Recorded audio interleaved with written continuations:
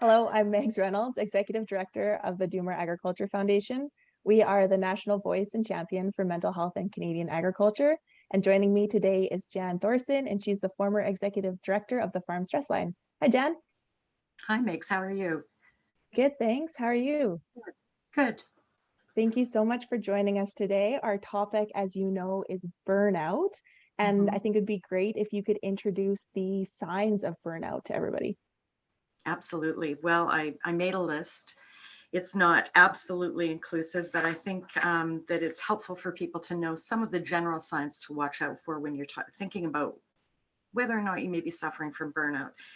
And one of the real markers of burnout is sleep disorder. If you're sleeping less than 6 hours a night, if you're waking up in the night and not able to fall back to sleep, if you're having trouble getting to sleep, those can all be signs that maybe you've entered into some dangerous territory. A constant feeling of being overwhelmed, that no matter what you're doing, you're never getting your tasks completed. You're never ahead of the game. Alienation, and people do this so often, it's really, really frightening. Alienation basically means you start removing yourself both mentally and physically from the people around you who you care about. It can have devastating consequences. Exhaustion, the toll of burnout is really energy depletion. It's basically, I think that a good way to visualize that is to say your tank is empty and you have no way to refill it. Feeling unproductive, feeling like no matter what, you're just not getting anything done, or you're not getting it done. Often this is a big thing. Not getting it done to the level you want it to be done at. That, a lot of us have really high bars for ourselves, and you may feel you're not meeting those. A lack of joy. And basically what that means is the things that used to give you pleasure, or the people you used to enjoy being around, you no longer find that feeling. You don't enjoy doing your hobbies. You don't enjoy talking to your loved ones. And again, you start to alienate yourself from them and pull back. And the final one that people need to be aware of is anxiety and depression. And if you've moved into that territory, that may be the sign that you need some professional help. Mm-hmm. Thank you. That to me, as soon as you started listing those, all I could think about was that so many of those signs are just that normal state of either being on the farm or a specific season during farming. Sleep deprivation, you're going through calving or you've got seeding harvest going on. The priority is Yes. what you have in that moment. Isolation, I mean, we've seen farms get larger. That sense of community isn't always there. And it's very easy when you're spending 12 plus hours a day inside an equipment cab by yourself. Even if you're not trying to isolate, I think you just naturally, have to then try not to be isolated.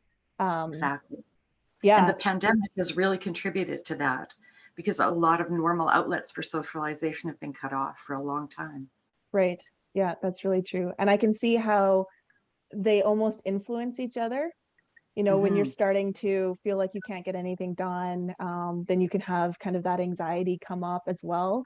And then the need to pull away because you're trying to focus on what you're trying to do, and just how they Right. can, it's almost a negative cycle that once you start into it, how do you get off of it? That's exactly it. It's a cycle and it's hard to break. It can be broken, but it can be hard to break it when you're just suffering out there on your own. Mhm. What would be the first thing that somebody could do if they start noticing some of these symptoms or characteristics that they're experiencing in their day to day? Well, it's an overused phrase, so I kind of hate to use it, but it's true. It's self-care. And that gets kicked around a lot, but the fact is it means something different for all of us. And I think a lot of us start to see self-care as something big, something, a 2-week vacation or some monumental change or event in your life. We need to realize, to change our expectations around that. Self-care can be 5 minutes, reading 2 pages of a book to take a break, making a cup of coffee, closing your eyes and just resting. Interesting, you mentioned that you have a farming background. My grandfather was a farmer and never lived off the farm, always farmed all his life. And every day of his life, he came in and had dinner at noon, and then he had a nap for half an hour every single day. And, I never thought of it when I was a kid, but I think that's what replenished him every day. It was something that got him going. And yeah, he just did it. Mm-hmm. He wouldn't have framed it the way I would, but I would call that self-care. Sometimes we do. You need a quiet break. And even if Even if you can't sleep, if just lying down and closing your eyes for 5 minutes can be incredibly helpful. Anything that you would like to do, do it for Mm. 5 minutes. That's all. There are a lot more longer term things you can do, but those little tiny breaks really make a difference. Takes you away from what you're doing, helps you recharge, helps you get a new perspective on the task at hand. I think that's a great way to phrase it, those little 5-minute breaks, because I know, especially in agriculture, we say self-care, and I think with social media, we're quick to think of like bubble baths and different things that, are not Going to a necessarily going to go spa, hand in hand with someone on farm or kind of that stoic exactly. farmer. Mhm. But yeah, I think, for me, it was trying to find also and appreciate and set time for just the little joys and magic. So that could be, getting to the field early and taking those 5 minutes to watch the sunrise as the tractor's warming up, or everybody shutting down during harvest and having dinner together, when sure you could eat while you're going in the combine, but take that half hour to be together, to be with your family, to have a conversation, and to hit pause and have a break. And I think that's important, that we understand that there are self-care things that we don't need to label self-care, but that Right. work really well with farming. And that could be tinkering in the shop, or even sitting down and going through your business plan, because to you that grounds you and helps with, that level of stress or anxiety. I think that's exactly the right phrase. It grounds you, brings you back to the tasks at hand, but also puts them into a perspective. That's the difference between stress and burnout, actually. Stress is situational. You get stressed over seeding. You have to get the seeding done, but it's actually kind of helpful because you know you have to do it and it pushes you to do it. Burnout is unmanaged stress over time, comes to a point where you are so hopeless and unable to break yourself out of that cycle that you can't get anything done. Mm-hmm. So that's the difference. Stress is something we manage, but if you don't, it can lead into the more long-term issues around burnout. Mm-hmm. Yeah, that's important, because I know, some of the studies done with the University of Guelph, there's a Hmm. lot in agriculture living at that chronic stress level, right? And that's Absolutely. dangerous, right? That's where you start moving into burnout. If you're Absolutely.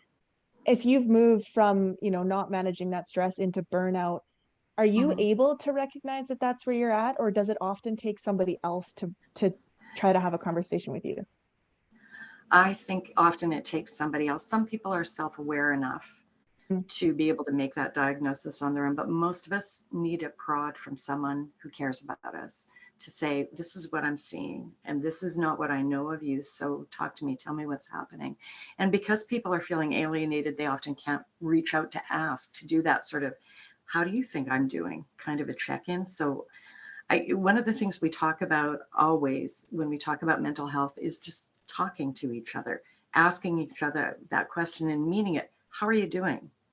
How are Mm-hmm. you doing? Like, really answer me, really think about that for a minute and take the time to evaluate and answer, and then being able to receive the feedback that maybe you're not doing so well. Mm-hmm.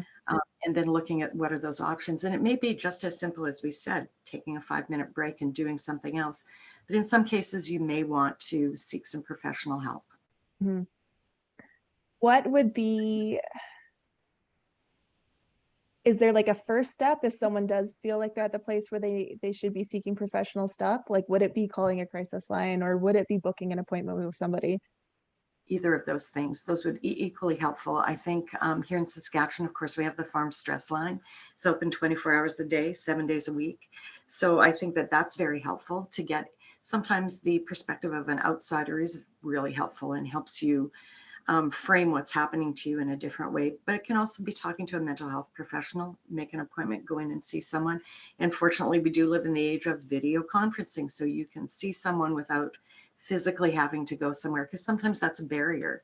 If help is 75 miles away and it's seating, do you have that time?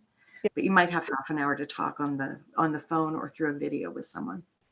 Yeah, I think it's been really important that we've seen the mental health supports and the different apps with counselors and therapists come online, because I mean, to me, one that deals with the stigma piece. So you can Mm-hmm. talk to that support person without anybody knowing, Absolutely. right? Even your family, if you don't want them to know. And it can be Right. done in the cab of the equipment or in the barn, when you've got a couple minutes alone. Um, Burnout has become a pretty, I don't know if popular is the right word, but coming out of the Mm-hmm. pandemic, it is something that we're talking about more. the pandemic was challenging for everybody in and outside of agriculture. Is there anything that you wish people knew about burnout that you don't feel is part of the conversation right now? I think maybe what's not part of the conversation is it can happen to any of us in any field. Every field that you work in has its own levels of stressors and difficulties and challenges.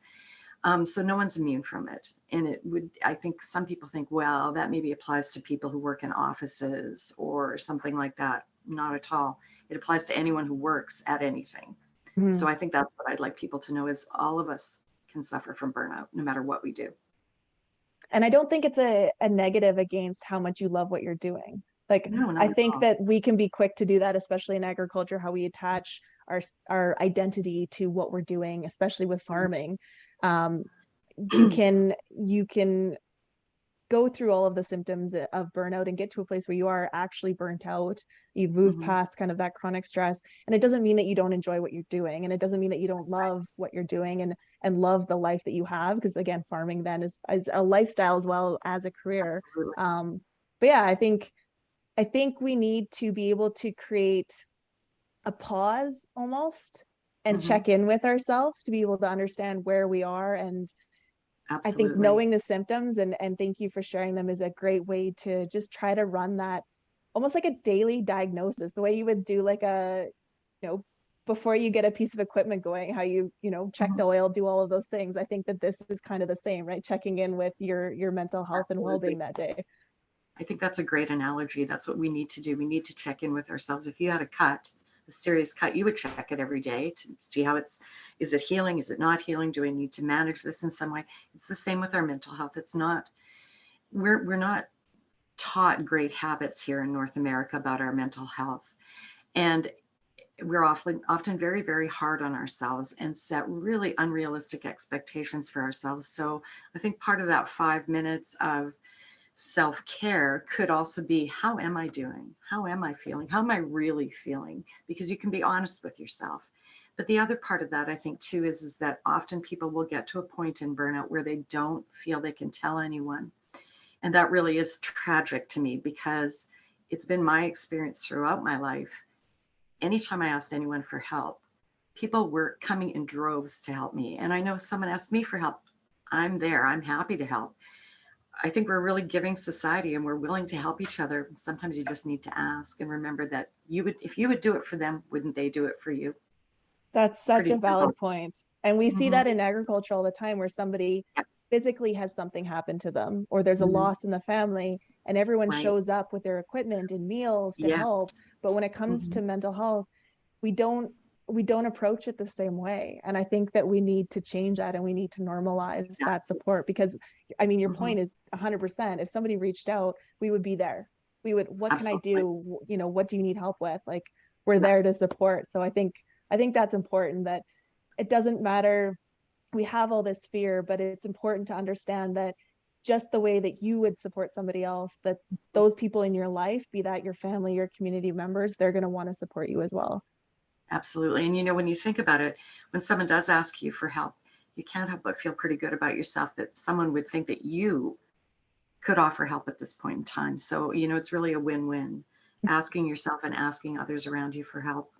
Mm-hmm. I can't think of an incident in my whole career where someone asked for help and somebody said, "Oh, go to hell. Right. Nobody's going to help you." Just the opposite. People are willing to help always. Is there anything that we haven't touched on today that you feel is a really important thing to share? We've talked about a lot of different things, and I guess one of the things I would caution people about is checking online for diagnoses and things like that. There's some really helpful stuff online. There's a lot of really unhelpful stuff online. If you feel like you're struggling with something like burnout, I think it would be better to call a crisis line or talk to a mental health professional who can walk you through that rather than, the internet's a big wide place. And I just actually this morning I keyed in burnout, doing what I said you shouldn't do. But I got, 1,000 articles came up from all different points of view. And that can be overwhelming too. It's usually if you feel you need help, it's good to pick a point of help and go there. Mm-hmm. So I think Yes. that's helpful for people is don't try to wade through everything you can find on the internet. My doctor put it to me really well one day. I went in and told him what was wrong with me.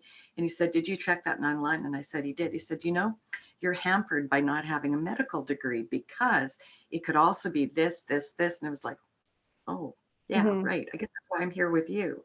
So, find someone who can help you and go to that person and be guided by them. And crisis lines are amazing because you don't just need to be in what you might think or believe would be a place of crisis. They're there to support, they're there to answer questions. And I Mhm. think to your point that that's a really great starting point because then you can talk to someone that is trained and a professional and they can guide you in the next direction of where you could go for help. Um, Jan, thank you And so much for everything today. This has oh, no been, problem. I have learned a lot. Good. And I think that, yeah, just having these conversations and being able to talk about things, get information out there, that's the way that we all get to work together and support each other and change the culture. All I have to add is that if anyone is looking for additional resources, they can visit our website at domore.ag and Right. learn more. Absolutely. Thank you so much, Megs. It was a pleasure. Thanks, Jan.